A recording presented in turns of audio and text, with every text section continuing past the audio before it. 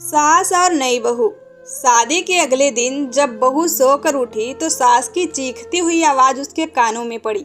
सुबह जल्दी उठ जाया करो, हम लोग सुबह 6 बजे चाय पी लेते हैं।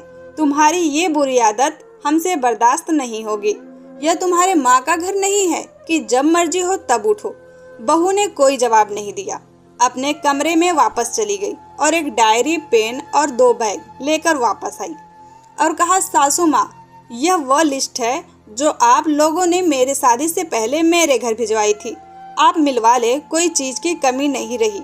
होंडा सिटी गाड़ी 35,30,000, स्मार्ट टीवी 42 इंच 52,000, फ्रिज 50,000 और वॉशिंग मशीन ऑटोमेटिक 35,000, मिक्सी और इलेक्ट्रॉनिक सामान 1,60,000, sofa, dining table, double bed 1,52,000, नगद और 5,30,000 की ये रसीदें।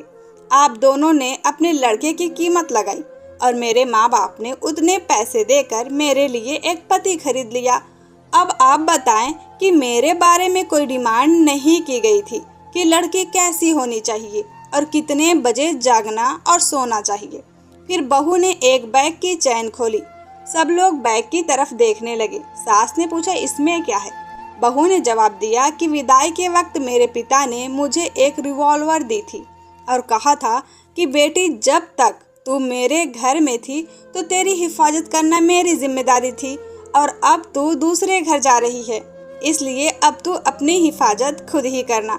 सास ने लड़खड़ाती हुई आवाज में कहा, बहू, लगता है तुम्हारी नींद अभी कच्ची है, जाकर सो जाओ और जब नींद पूरी हो जाए तो खुद ही उठ जाना मेरी शहजादी।